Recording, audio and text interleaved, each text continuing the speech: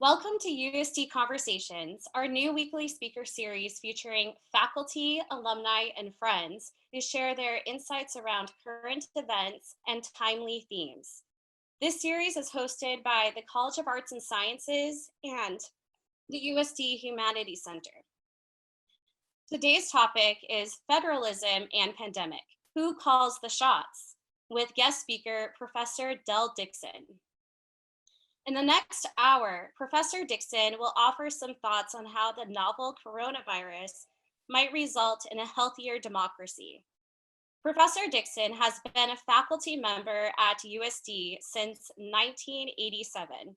He is the former Political Science Department chair and has served for 29 years as the undergraduate pre-law advisor. His research focuses on the US Supreme Court, justice in common law countries, lay justice, and the relationship between law and democracy. Facilitating today's conversation is Dr. Noelle Norton, Dean of College of Arts and Sciences at USD, and faculty member in the Department of Political Science and International Relations. If you'd like to ask a question during the conversation, feel free to ask using the chat feature. Now, let's get started, and I will turn it over to our speakers.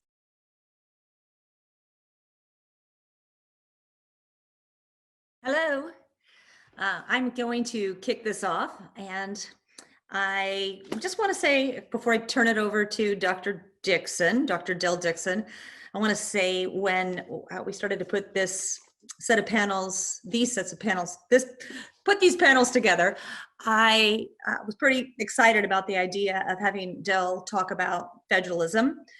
Any of you who have had him in a class know that he teaches a full semester on this. It's probably one of the toughest classes that you've ever had. So I knew that it would be interesting and that a lot of his former students would want to check in and experience that PTSD, right, Del? All over again. I kind of know what that feels like. Del is the person who hired me here at USD. He did a background check on me before I started in the political science department. And I hear he called everybody I knew back until probably about any job I had, back to about age 19. And right, Del? Yeah, he's laughing because it's true. And so then I came on campus. I was very excited. I got the job, passed the whole screening. He probably took my DNA as well, and got here. And I thought he was a great friend. This is a story I like to tell a lot. I thought he was a wonderful friend of mine, so helpful. And then I realized about a year or two later that he had been appointed to be my friend to make sure that I was doing okay. But that worked out just fine because he is one of my absolute favorite people in the world. And I'm just so happy to be here to listen to what he has to say, and then to kick it off by asking some questions myself. I've planned some. And also to take a look at what your questions are. As you have, I'm sure, as you have questions, I'll jot some of them down and I'll ask Del those questions myself. The last thing I say is that I took a quick look all the way through this Zoom room, and I can see a lot of people, but I mean, it's phenomenal. Judy Garbo is in there, Del, I don't know, and Katie Krametbauer, people I haven't seen for years. So maybe before we go, we can have them turn their videos on. And there's more as well. Also, I see Maria. Oh my God, Sam Mabry. Now I'm gonna cry. Anyway, hello. Sorry. Del, I'm gonna turn it over to you. So, no, we can just say hi to each other for the hour. That's fine by me. That's right.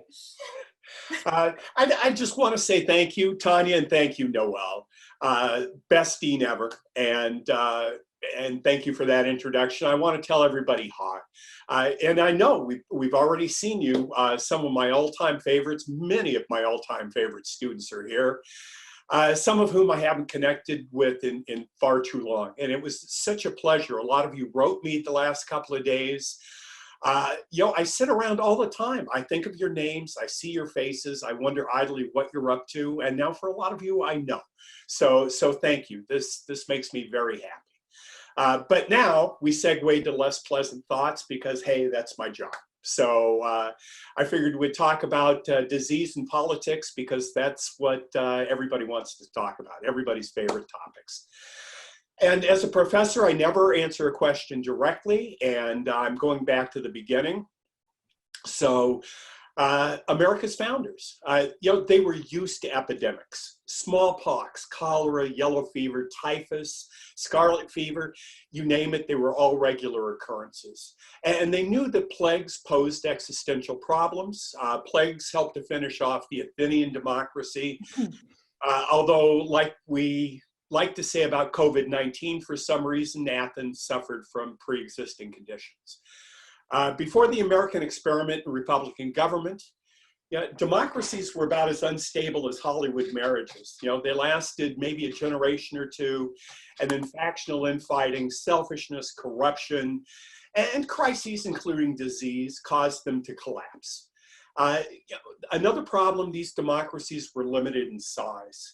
With only a bit of exaggeration, democracies could only support as many people as could fit into a modern high school gym.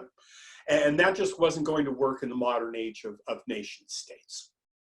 America at the time was relatively of modest size, but immodest ambition. And they knew that earlier models of democracy were just clearly unsuitable. So in designing America's political architecture, I guess disease and public health were an implicit, but they weren't an overriding concern.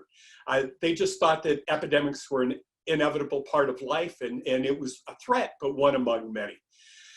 But they knew that firsthand that governments were going to have to deal with deadly epidemics on a regular basis, and they did consider that. Under the Articles of Confederation, outbreaks were handled exclusively by state and local governments because there really was no alternative. There was no effective central authority. And this initial attempt to kind of create a loose confederacy of states, it was roughly along the Swiss model. I was rapidly failing and obviously failing. The 13 states were nominally cooperative, but in practice they competed against each other, and they had designed a purposefully weak central government that couldn't hold the center. And gradually, most people came to the conclusion that if they didn't do something better, America was going to collapse and join all the other failed republics on the ash heap of history. And sometimes, as they say, the hour produces the man, and in 1787, that man was James Madison. And right now, I want to say something important. And if you don't remember anything else from my talk today, I want you to remember this. Lin-Manuel Miranda is an idiot. He's a handsome, talented person, but he's an idiot. He had this brilliant idea to do a musical about America's founding, and he chose exactly the wrong person. In a just world, he would have immortalized James Madison, who was the greatest, certainly the most underappreciated founder, and America's chief institutional architect. It fell to Madison to develop the world's first fully conceived model of federalism. It was a balanced Republican government where sovereignty was to be shared between local governments and a strong but limited central authority. By dividing government into different departments at multiple different levels, Madison sought to set ambition against ambition, spread political power in many hands, and above all, prevent any one faction from becoming too powerful and too destabilizing. The other advantage, Madison's model was capable of unlimited scale. It could work in a nation of any size, stitching together and stacking different levels of government, while hopefully preserving the essentials of democratic government. Madison's ideas led to a large, stable representative democracy based on individual liberty and popular consent. It was something the world had never seen before. It seems common now, but it certainly wasn't then. James Madison was the father of the Constitution, the father of the Bill of Rights, and along with Montesquieu, the father of federalism. That's not a bad epitaph. Madison's theory of federalism, I just think it's interesting. It's certainly related to the Catholic doctrine of subsidiarity, the idea that problems should be handled by the most local authority as practicable. Madison knew, he was a realist. He knew that political leaders were not always going to be statesmen or honest or competent. A corollary selling point of federalism is that one level of government, if it's incompetent, if it's ineffective, if it's corrupt or oppressive, people can turn to the other levels of government for help and protection. It's like having 2 or even 3 parents. If one is rotten, you have other options to turn to. So, how it all went sideways and also how it didn't. The first big fight about federalism and states' rights was over the Alien and Sedition Acts. The Federalist Congress and John Adams passed these laws to silence dissent and to punish their political opponents. The laws were clearly unconstitutional, but they had a compliant Federalist Congress and a compliant Federalist judiciary. And as a result, hundreds of people were unjustly fined and jailed. Madison and Jefferson got together and responded with the Kentucky and Virginia resolutions, arguing in essence that if the federal government acts in an unconstitutional manner, then state governments have the right and responsibility to intercede to protect their own citizens. This was a completely reasonable response to unreasonable and unconstitutional laws. Unfortunately, and here's where it goes sideways, a generation later, Madison and Jefferson's resolutions were twisted to serve as the rallying cry for Southern defiance to growing calls for abolition. After the Civil War, Southern states resurrected the same racist idea of states' rights and used it as a rallying cry to resist and roll back Reconstruction, and then to impose racial segregation throughout the South, and finally to justify massive Southern resistance to federally ordered desegregation after Brown v. Board of Education. For much of American history, the phrase states' rights was little more than a code word for racism. While all that nonsense was going on, however, Madison's theories about federalism were also being defined in more benign ways to establish some practical limits on federal and state powers.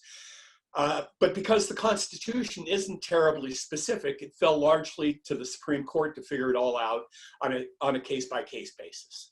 So here's the essence. If the federal government has the constitutional authority to act, then states must yield under the Supremacy Clause. But that kind of begs the question of when the federal government may act and what powers are left exclusively to the states.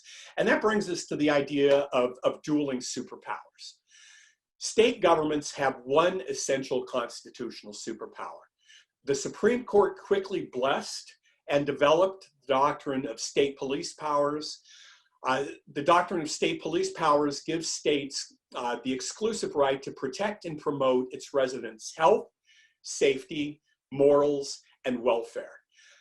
This is an especially broad and potent power. And among other things, it gives states the explicit authority to deal with matters of public health, including diseases and pandemics. Significantly, the Supreme Court also decided in the slaughterhouse cases, everybody loves that name, but it was literally true, it was about slaughterhouses.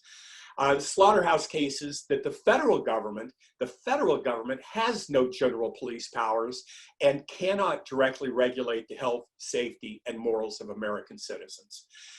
And that's worth thinking about for a second, because it just sounds so wrong, doesn't it? I mean, we can all think of 100 federal laws that deal with issues of health, safety, morals, and general welfare. But it isn't wrong. The federal government has no general police powers. As it turns out, however, the federal government has its own superpower, and it comes from a place you might not expect. It's the Commerce Clause. Congress has always had that power. It's right there in Article 1. But the Supreme Court supersized it in the 1940s and really made it into a superpower. The Supreme Court ruled that even if the federal government has no direct police powers, and it doesn't, it can still act on matters of health, safety, and morals indirectly by exercising its right to regulate the national and international commerce. And so this includes the power to deal with any possible threat to the national economy, including disease. The Supreme Court has been extremely deferential in letting Congress decide the limits of its own powers under the Commerce Clause. It is almost a blank check to act when and how Congress sees fit, backed by the secondary power of the Supremacy Clause. I want you to note that the Commerce Clause power belongs to Congress, not the president. President Trump likes to claim that Article 2 gives him the power to do whatever he wants. To put it simply, he's wrong about that. Now, federalism and pandemic. And I want to start in 1918, 1919. The influenza pandemic of 1918 and 19 killed 50 million people worldwide, including 675,000 in the United States. Now, this was before the Supreme Court's broad reading of the Commerce Clause powers, so as a practical matter, the federal government stayed on the sidelines. Almost all the key decisions were left entirely to state and local authorities, and it predictably resulted in a totally uncoordinated patchwork of state and local efforts to control the disease. And this might sound familiar. State and local governments were all over the place.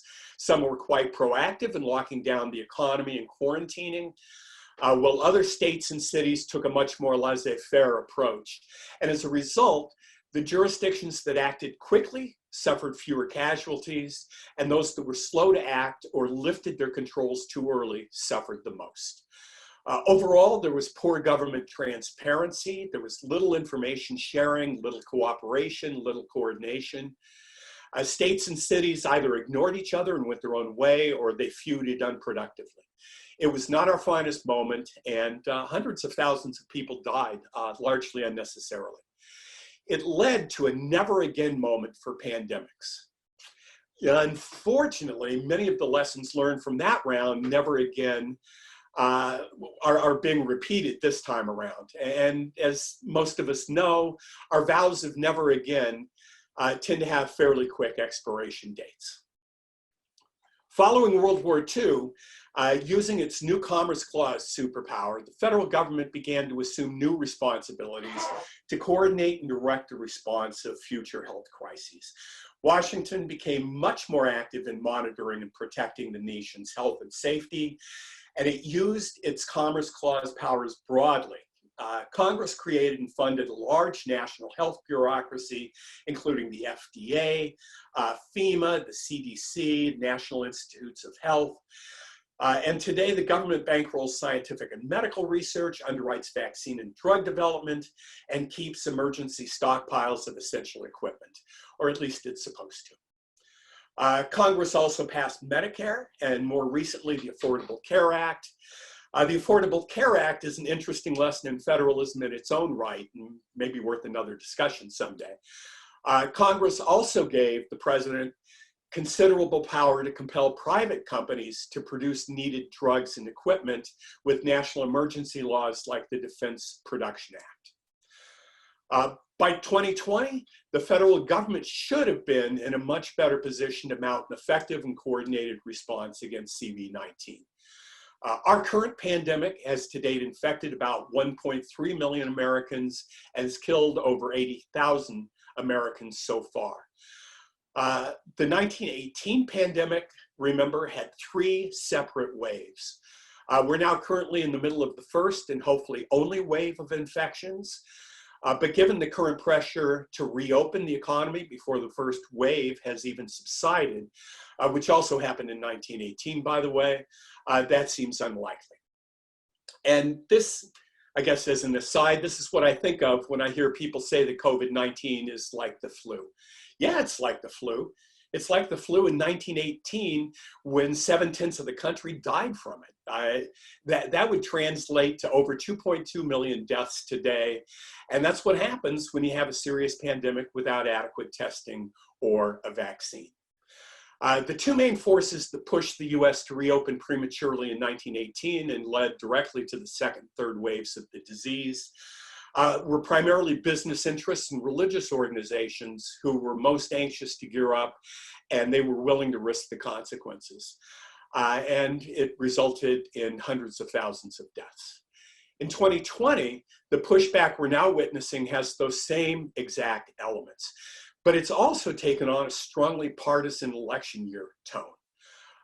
As Mark Twain probably didn't say, but should have, history doesn't repeat itself, but it rhymes. Like all pandemics, COVID-19 involves a complex mix of global, national, and local problems. The economic and public health effects are global and national, but there are significant local differences in how pandemics work that preclude a one-size-fits-all model. That plus our country's established state police powers give our state and local governments a leading role to play in setting policy.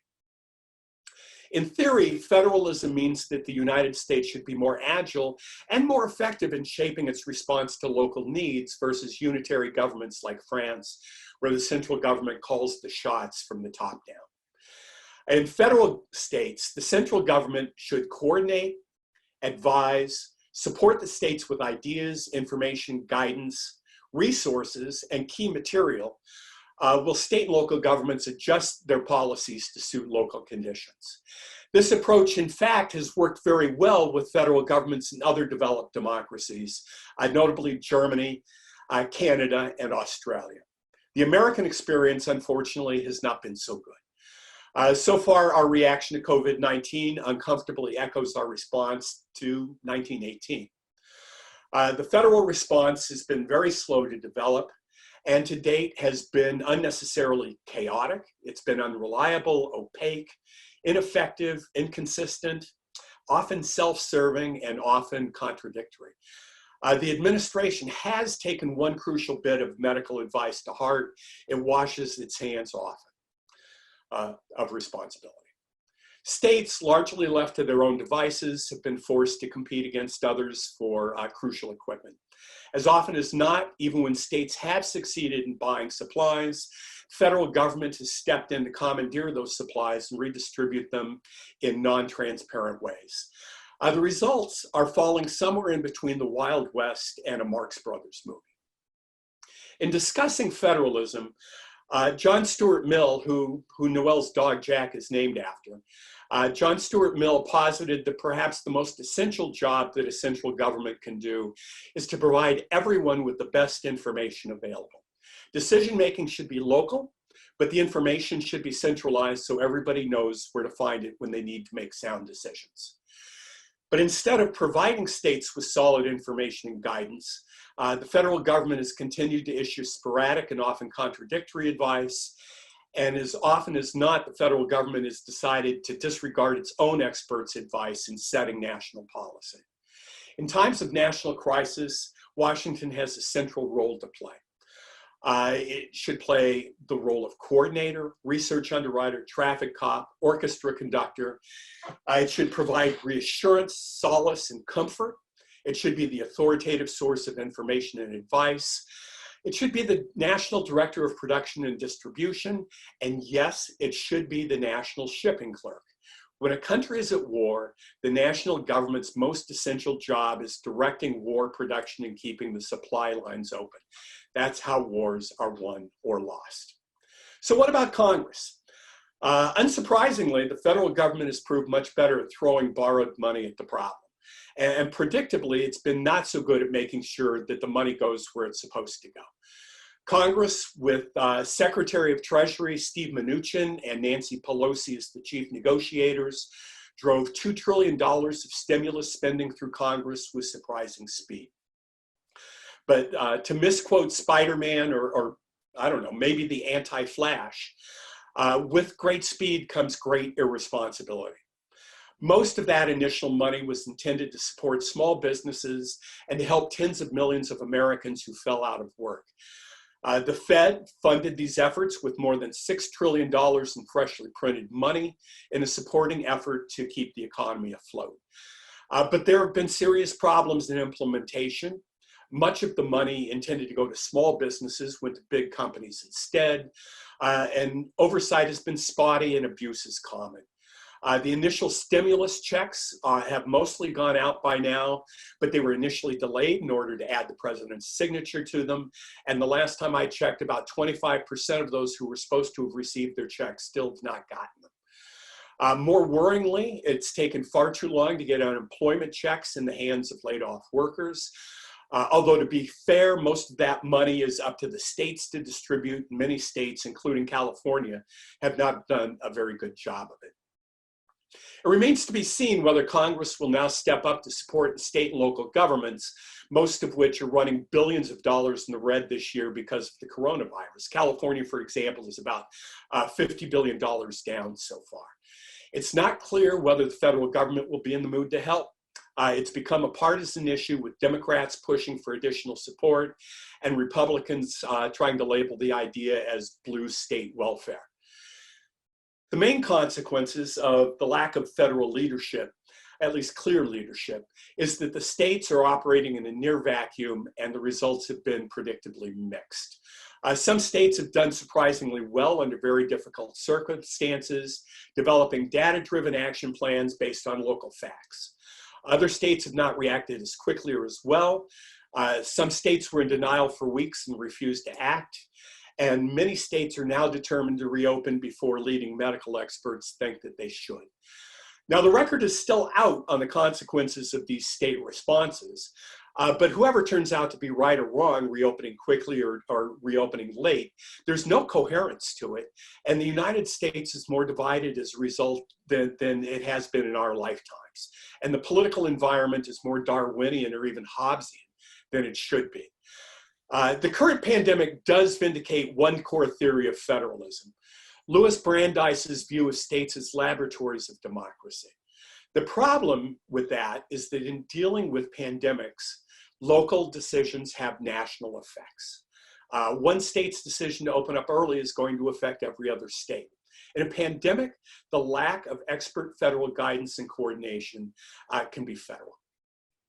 I'm going to close with a couple of questions and implications. First, one potentially interesting consequence has been the tendency of states that we've seen to form regional partnerships to coordinate decision-making and plans to reopen their economies. This is unprecedented, and it's super interesting to me.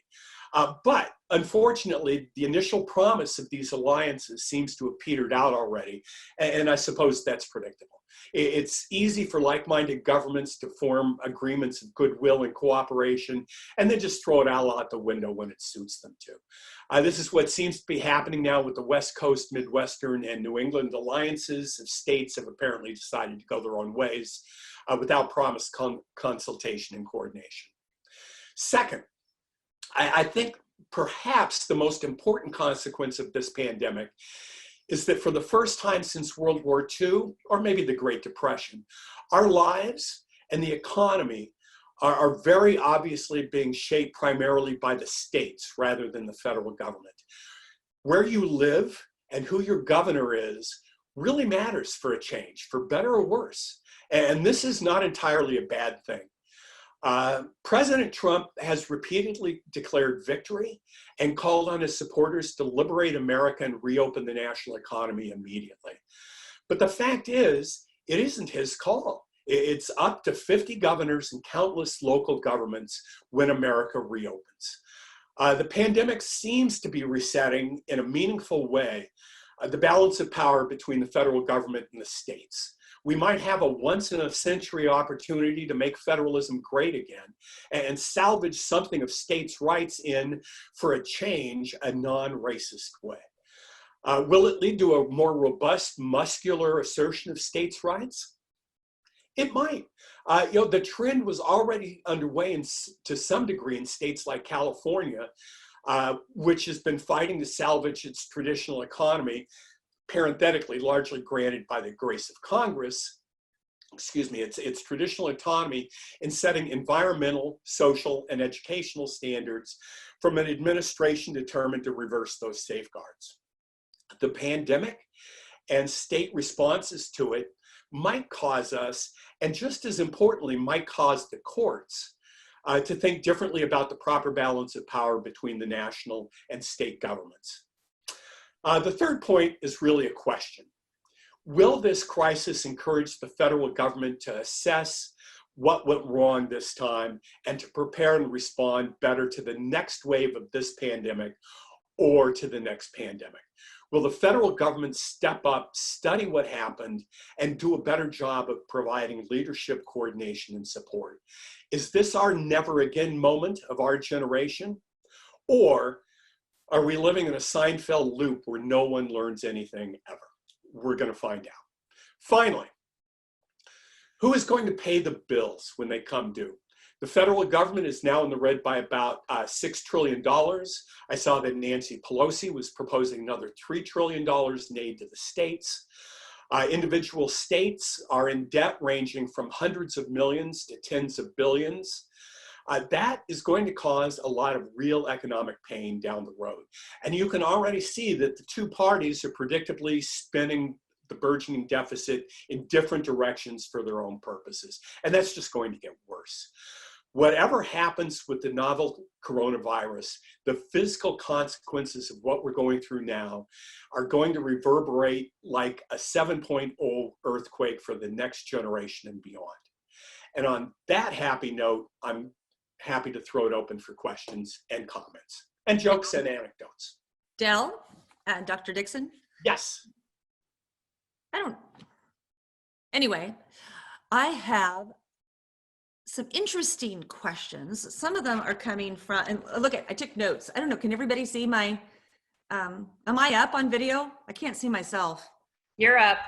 I'm up. Okay, so do these look like the notes that you took in your classes, everybody? Down the corner? These actually look like Randy Willoughby's notes. I see him out there, by the way, everybody. I have one very serious question from the audience. Then I have like a first year student kind of question. And then I have a more serious question. And these have been, taken off the chat room. So number one, we really, really want to know when you're going to produce the musical Madison. Can you? That is a great question. I would love to. Mike Williams suggests that you probably have the script done already. And have kind of etched it out. Could you describe what would? I'll start it in 25 minutes. I can tell you Hamilton isn't going to come off very well in it. That's the one thing I know. Okay. Have you seen Hamilton? I refuse to go and see Hamilton. I will tell you that I do have a memory of being one of the last times I was in DC with Mike Williams, and he's muted, so he can't speak. He had going full blast the Hamilton King George III singing "I'll Be Back," and we sang it together in memory of you. Okay, you didn't give us a detailed answer. Now here is the first year student question, and I will say one of your former students, who I think he's in Boston, John De La Volpe, said he had not done the 200 pages of reading prior to your lecture here. And obviously I am pretty rusty as well. So, and by the way, I just saw that you can turn your videos on now so Del can see who's speaking, see who's there, because he'll want to see everybody too. Anyway, here's the question that John De La Volpe and I have. And in fact, I remember calling you when the pandemic had just started. I was on a morning walk and my friend Jane and I gave you a call to ask you about the case that says that the state holds the police powers, that they hold the powers for health, safety, and morals. Can you go back over that again? What is the source of that one? You said it, but maybe I faded out at that one moment. Just kidding.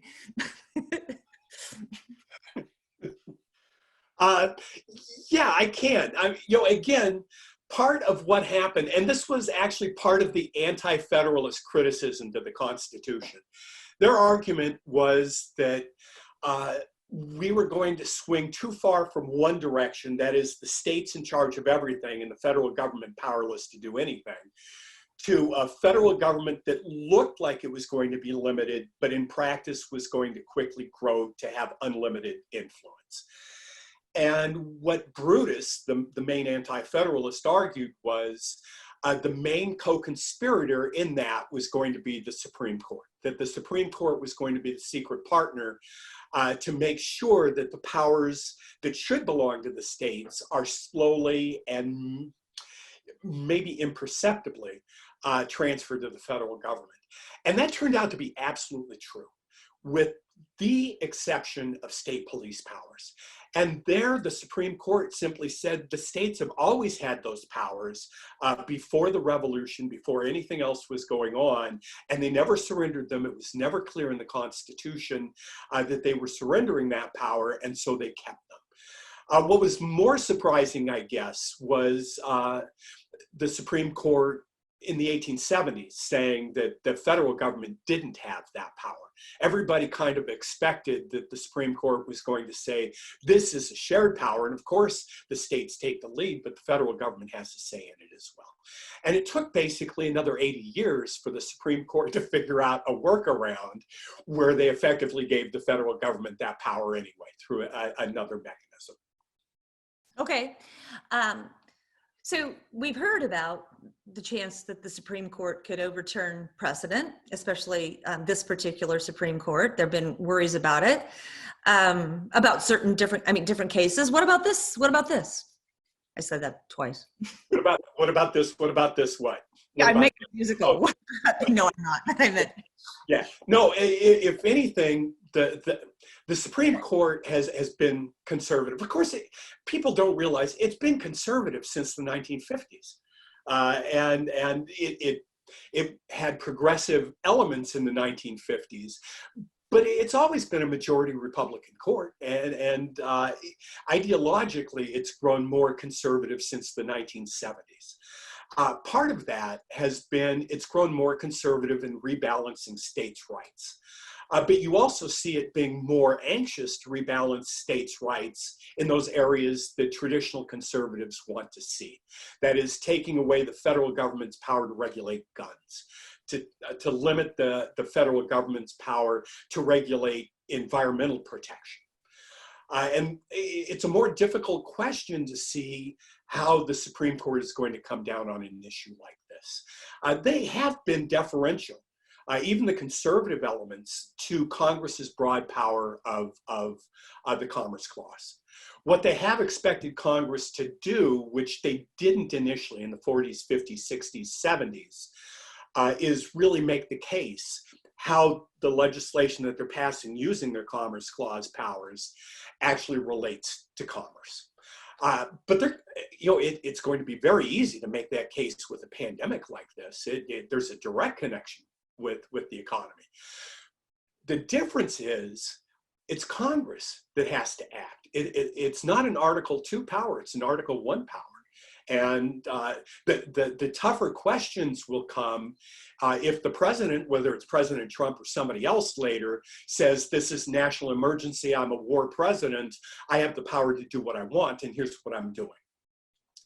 That is going to be a more difficult answer, I think, for the Supreme Court to face. Okay, now I'm going to read one right off of the chat room. And this is from Sophia. Hello, Sophia. Hi, Sophia. You had classes with Dr. Dixon too? That means you were two-timing me. Since we live in an era of executive action, and an executive is very confused about Article 2 powers, does the president's argument that guidance released by federal agencies supersedes state and local action and state police powers hold up? If not, what action would help that argument? He is absolutely right in the sense that the federal guidelines are exactly that.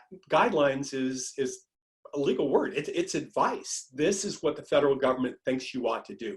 And that is a John Stuart Mill federalism in action. President Trump has been very good at ignoring his own expert advice. The states are perfectly free to ignore their advice. It becomes more difficult. What happens if President Trump agrees with the advice? If Dr. Fauci says it's safe to open, and President Trump says that is no longer guideline, that is a federal directive from me, reopen. Again, Article 2 does not give him that power. And so far, he's not come up with a piece of legislation that would empower him to do that. It's interesting to me that for a president who claims that he is a war power president, that he hasn't used the one great piece of legislation that Congress gave him, which is the Defense Production Act. He can direct private companies to do all sorts of things. And he's been very hesitant to do that. And frankly, I'm stumped as to why. I'm not sure why he's done that. But I think part of it is, for right now, he does not want to take responsibility for what's going on. He just wants the economy open. And his motivations for that, I think, are pretty clear. I'm gonna add, you have a lot of people out here who were also not just poli-sci, they were international relations majors. So you had mentioned that other federal states like Canada and Germany have done a better job in handling this pandemic.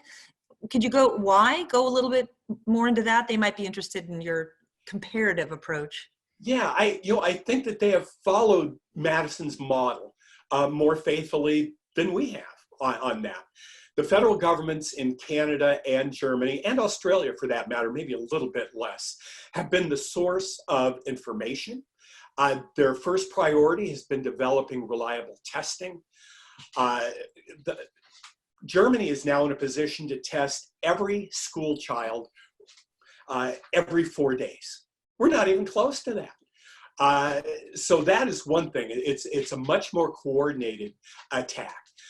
The second is that they have been very good at distributing resources to state or provincial governments in Canada to do what they need to do.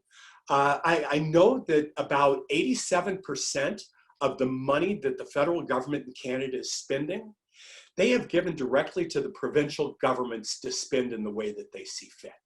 That is the kind of support that we're going to be fighting about now, that it's not clear that it's going to go anywhere at all. Again, they have been very good at doing that. The other advantage that they have, they've given consistent advice. They've been more transparent about priorities, about their guidance. And the other thing is that it's not an election year in those other countries. And it is here, and it has further muddied the pot, I guess. Okay, I'm going to ask you, I'm going to go back to the United States for a minute. You had also kind of said these regional unions, the Western States Pact, and I think there's also some Northeastern states that have been talking about forming union, seceding from the nation, lining up guns across the Sierra Nevada. But you said you think that has gone, I forget the word you might have used was kaput. So, yeah. That's the technical term, yeah. Yeah, okay. So, really? For Dr. Fowl. Wait, what? No, I'm kidding. Yeah, excuse me, just a second. It is interesting, and it might be an early indication of what's to come. As states are kind of left in a vacuum in these things, it's natural for like-minded governors to look around and see if there's anybody nearby to kind of join, to coordinate responses. Again, with pandemics, it's especially important because they do not respect state borders, amazingly enough. But again, as we've seen, these kinds of alliances tend to fall apart quickly. That was the problem of the Articles of Confederation. Confederacies are just unstable. But there are motivations beyond that. The Western states are also talking with each other about protecting environmental legislation, car mileage standards, car pollution standards. And I think those alliances are very promising. I think those kinds of things are going to have more staying power. Let's put it that way. The one problem is that there's an explicit constitutional limitation on states making alliances and formally cooperating with each other. The founders were definitely worried about that. They were worried enough about it to put language in the Constitution preventing it. But the Supreme Court again has decided that if the states have the constitutional power to act, state police powers, then they can cooperate in carrying out those state responsibilities. And I think you're going to see states maybe get more creative at using that loophole. But just as there are forces that drive states to cooperate, the historical trends tend to be the other way. States are natural rivals too. And that's part of what makes these alliances so unstable. It's just always easier to fight than cooperate. When you're scared, you're going to cooperate. When you relax, you go your own way. So it's interesting to see, but again, just kind of keep in mind, confederacies are unstable. There was a thing, let's see, who was it? It was Charles de Gaulle talked about, again, and this is completely sexist, and so I can get away with saying it to you, but it's Charles de Gaulle. We can blame him, right? He's saying that he was talking about gentlemen's agreements among states, and that's exactly the phrase he used. And he said, gentlemen's agreements are like a young woman's look. They last as long as they last. And that's it, yeah. Well, again, it's Charles de Gaulle, but that's the deal, yeah. Actually, I want to let you know that Alexander Hamilton is here in the room and asking questions, but I think I'm going to save his questions for last. Because it's a good one. Oh, darn it. I just lost. Here is one about, where'd the one go? You guys just wrote a whole ton of them at 1 second and I lost them. Anyway, Del, I'm going to ask you the Alexander. No, here it is. There we go. Missouri versus Holland. So the court is, and this is from, anyway, the court is becoming predominantly interested in upholding states' rights powers. Do you think Missouri v. Holland could potentially be overturned? Could we see that issue come up with lawsuits from states to the federal government? Also, what grounds do cities have to sue states? I want to hear about that. For example, to Huntington Beach threatening to sue the state of California. Yeah. Pull me back if I forget a component of that question. Missouri v. Holland was really interesting. I like that case. And it was about migratory birds, and the state of Missouri said that as long as these migratory birds, they were flying from the southern US up to Canada. And they said as long as these birds are in the United States, we can slaughter them into extinction if we want to. And Congress passed a law saying, no, you can't. These birds are only temporarily within your state borders. We have other states that have an interest in these birds, and Canada has an interest in these birds that we want to respect. And the courts struck down that law, and they said that Congress couldn't do that, that as long as those birds are in the state of Missouri, they can slaughter them into extinction if they want to.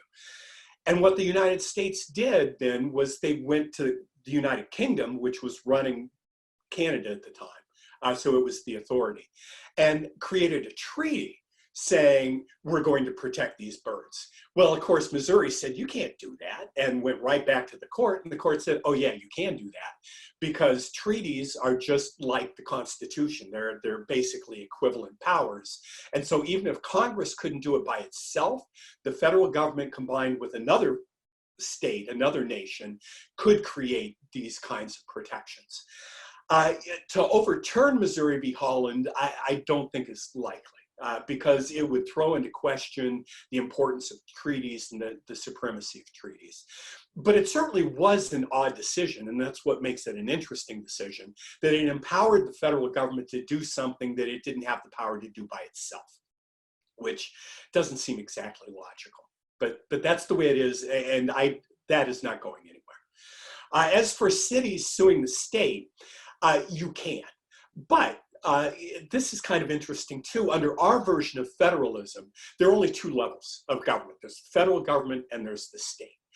And there are cities and there are towns and there are unincorporated areas, all of which have their own governments, but those are all, in the legal term, is they're all creatures of the state. The state can pretty much do with cities what they want, unless cities can come back in and say, we have laws that have been passed by the state legislature to protect us in doing what we do. This is the United States. Everybody can sue everybody over everything. And so, of course, Huntington Beach can sue Gavin Newsom, or can sue the state of California. But they're going, it's easy to sue, it's hard to win. and it remains to be seen what they're going to do. Again, it's the state that has those police powers. It's the state that has the power to protect people's lives and people's health and people's economic interests. It's not the cities. So if the city can come up with a reason to say, oh, there's a component of racial discrimination to it or something like that, they may have a case, but otherwise they don't. Got another tough one, Del. Is there a historic precedent for class action lawsuits of states against the federal courts regarding their case proceedings? This was sent to me via Erica, so I'm not sure who it came from. I feel like the federal government is using its powers more than directing the states on how to operate, but also the judicial branch as well. Yes, and the fact of the matter is states do that all the time. States are doing that right now to challenge the federal government's attempt to roll back mileage, automobile mileage and pollution controls. And that goes way beyond just kind of the West Coast, Best Coast coalition. That's a nationwide coalition of states that have chosen to follow California's standards when it comes to that. State attorneys general sue over federal guidelines and federal laws routinely as well. So yes, states are able to band together, and they very often do. And it's a great example. It's a great question. And it is one example where states do bind together and tend to stay together because it's in their joint interest to do it. And it amplifies their power. Okay. Alexander Hamilton is asking quite an interesting question, given who he is. So he wants to know, and I'm assuming it's a he, I am sure we'll hold hearings and talk ourselves to death, but will we actually learn anything from this experience? And what would that be? What do you think we might learn? Yeah. See, and that's the question I have too. Are we just living reality Seinfeld where nobody learns anything ever? We will, but we're going to fight about what that means. Number one, what should we learn? Well, we ought to learn what the federal government should be doing. And maybe we ought to categorize a little bit more specifically before the spaghetti hits the fan, what we expect from the federal government, what the federal government can do. Instead of using the Defense Production Act, maybe Congress can come back in with something more specific. But a lot of it, the federal government had the tools to fight this. They had a team set up in China to try to predict pandemics coming out of China. Well, that was dissolved. We had a pandemic response team, and that was dissolved.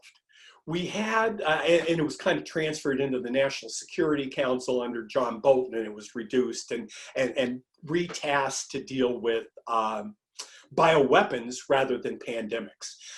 We have the Defense Production Act. We have stockpiles. We have all the tools. Maybe the most important lesson that we can learn is how do we use these, and how do we make sure that we don't just forget in the next 10 years or 20 years, because that is our problem. America has no sense of historical memory, and it's an advantage in a lot of ways, I think. But in terms of learning lessons, it's like the kid who keeps sticking his hand on the stove. You think some point they're going to learn, and they just sometimes never do. Okay. Thank you, Dr. Dixon and Dean Norton, for leading this conversation. I just wanted to tell you guys about a quick promo if you're interested in this conversation. Professor Dickson's books, The People's Government: An Introduction to Democracy, and The Supreme Court in Conference, are available online at Amazon.com. Also, if you feel like you need to, or you would like to add any additional questions, please feel free to reach out to Del Dickson at dixon@sandiego.edu, or the Political Science and International Relations Department at poli-sci@sandiego.edu. We will return next week with Director of University Galleries and Professor Derek Cartwright and art lecturer John Murphy. They will discuss how modern artists, mostly in Europe and the United States, have produced memorable works to draw attention to injustice and press for change. Thank you so much again, and we hope to see you next week for week 4 of USD Conversations. Goodbye. Goodbye. Thank you.